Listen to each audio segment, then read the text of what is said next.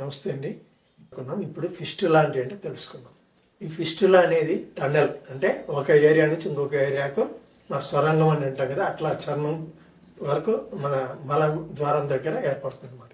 ఇది ఒకసారి ఉబ్బి ఉంటుంది, పస్ కానీ బ్లడ్ కానీ లోపల తయారై ఉంటుంది, చిన్న పీనట్ సైజులో ఉంటుంది అన్నమాట. దీనికి జనరల్గా సర్జరీ అడ్వైజ్ చేస్తారు. లోపల అది భగరంధ్రము అని అంటారు, దాన్ని మొత్తం క్లోజ్ చేస్తుంటారు.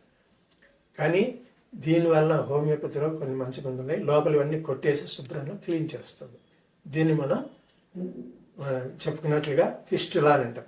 ఫిస్టులా ఇప్పుడు పైల్స్కు చిన్న గడ్డ మాదిరిగా ఉండడం, ఫిషర్కు కట్స్ ఉండడం, ఫిస్టులాకు ఒక టన్నెల్ రంధ్రం లోపల మనకు తెలియకుండా ఇక్కడ మలద్వారం నుంచి చర్మం కిందికి వస్తుంటుంది అన్నమాట. అది చర్మం ఎక్కడుంటే అక్కడ ఓపెన్ అవుతుంది. అది దీన్ని మనం ఫిస్టులా అని చెప్పుకోవచ్చు. ఈ విధంగా అది పెయిన్ విపరీతంగా ఉంటుంది, అవసరమైతే సర్జికల్గా, మరీ సీరియస్ సర్జికల్గా పోవాల్సి వస్తుంది.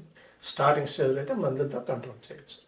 ఇక్కడ వచ్చేసి బ్లీడింగ్, పస్ కానీ ఏదైనా వస్తుంటుంది, పెయిన్ ఎక్కువగా ఉండదు. ఇప్పుడు మీకు క్లారిటీ వచ్చింది, పైల్స్ అంటే ఏంటి, ఫిస్టులా అంటే ఏంటి, ఫిషర్ అంటే ఏంటి.